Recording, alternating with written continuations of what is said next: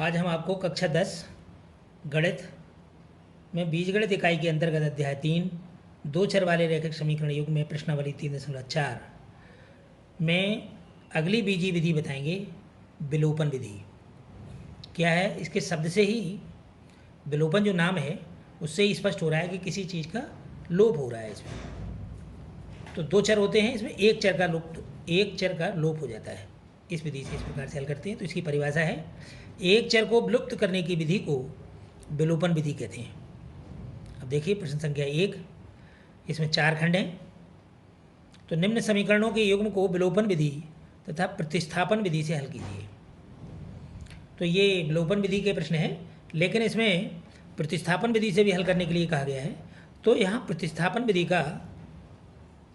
की पुनरावृत्ति हो रही है एक तरीके से।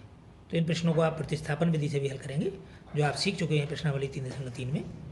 तो देखिए यहाँ हम आपको केवल विलोपन विधि से बताएंगे। तो इसमें देख रहे हैं 4 खंड है, तो इसमें हम आपको सेकंड नंबर दूसरा खंड बता रहे हैं। इसमें पहला और तीसरा खंड ये आप बहुत ही सरल हैं, इन्हें आप स्वयं हल कर लेंगे।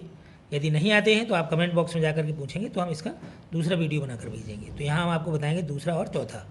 तो देखिए दूसरा खंड विलोपन विधि से हल, 3x + 4y = 10, ये समीकरण नंबर ए, और 2x - 2y = 2, ये समीकरण नंबर बी।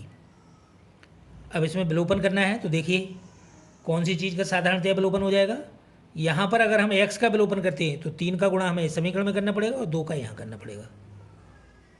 और अगर ये y का करते हैं विलोपन तो यहाँ केवल 2 का गुणा करना है और ये इसके बराबर, 2 दूना 4, ये इसके बराबर हो जाएगा। तो बाई चर जो है लुप्त हो जाएगा। तो इसलिए हम बी वाले समीकरण में 2 का गुणा करेंगे। तो समीकरण बी में 2 का गुणा करके समीकरण ए में जोड़ने पर, अब ये कैसे पता चला कि जोड़ना है या घटाना है। तो अगर यहाँ विपरीत चिन्ह है जिसका हम लोप कर रहे हैं तो वहाँ पर संख्याएं जुड़ती हैं, और यदि समान संख्याएं हैं तो वहाँ पर हमें घटाना पड़ता है। तो देखिए समीकरण बी में 2 का गुणा करके समीकरण ए में जोड़ने पर, तो समीकरण नंबर 1 हमने लिख लिया, 3x + 4y = 10, और इसमें हमने 2 का गुणा किया तो ये हो गए 2 दूनी 4x ऋण 4y बराबर 2 दूना 4। तो अब हमने यहाँ ये विपरीत चिन्ह है तो ये आपके कैंसिल हो जाएंगे दोनों, या मतलब 0 आ जाएगा अगर आप इनको जोड़ेंगे। तो 3 और 4 ये हो गए 7x बराबर 10 और 4 14।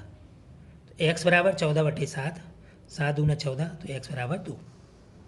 अब x का मान हम किसी भी समीकरण में ए या बी में रख देते हैं। तो x का मान समीकरण ए में रखने पर तो हमने समीकरण नंबर लिखा 3x + 4y = 10, और इसमें x बराबर है 2, तो ये हो गया 3 दूना 6, तो 6 धन 4y बराबर 10, 6 को पक्षांतर कर दिया तो 10 में से 6 घटाया 4, तो y बराबर, और 4 को इधर से पक्षांतर किया तो ये हो गया 4/4, 4 एकम 4, तो y का मान आ गया 1।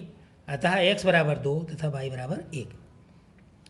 तो बहुत ही सिंपल लगा होगा आपको। तो इसी प्रकार से प्रतिस्थापन विधि से जो हल करना है प्रश्नावली 3.3 की तरह स्वयं करना है आपको, ये बहुत ही सरल प्रश्न है। अब देखिए इसका चौथा खंड, यह है x/2 + 2y/3 = -1, समीकरण नंबर ए, x - y/3 = 3, समीकरण नंबर बी।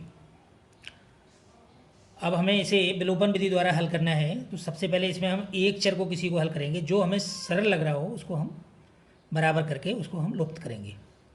तो यहाँ देखिए ये 2y/3 है, अगर हम इसमें 2 का गुणा कर दें पूरे समीकरण में तो ये सिंपली ये कैंसिल हो जाएगा, क्योंकि ये प्लस है ये माइनस है। तो सीधा सा समीकरण बी में 2 का गुणा करके समीकरण ए में जोड़ने पर, तो पहला ए वाला समीकरण हमने लिखा x/2 + 2y/3 = -1। अब इसमें हमने 2 से गुणा किया तो ये हो गया 2x - 2y/3 = 6, 3 दूनी 6। अब इस प्रकार से हम यहाँ देखते हैं कि यहाँ चिन्ह भी विपरीत है और ये दोनों संख्याएं बराबर हैं। तो अगर हम इन्हें जोड़ेंगे तो यहाँ 0 आ जाएगा, तो इसलिए ये कैंसिल हो जाती है संख्याएं। अब यहाँ x/2 + 2x ये संख्या आ गई, और यहाँ 6 में से 1 घटाया तो ये हो गया 5। अब यहाँ पूरे समीकरण में हमने 2 का गुणा कर दिया, क्योंकि यहाँ हर में 2 हैं। तो इसको हर को हटाने के लिए, परमेयीकरण करने के लिए इसको हमने 2 का गुणा कर दिया, तो ये हो गया दोनों पक्षों में।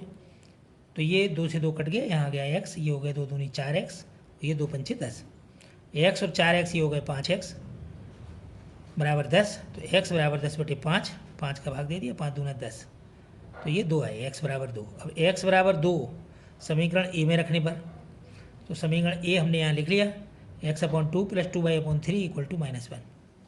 तो यहाँ हो गया अब ये 2/2, तो 2 एकम 2, तो 1 आएगा, 2y/3 = -1।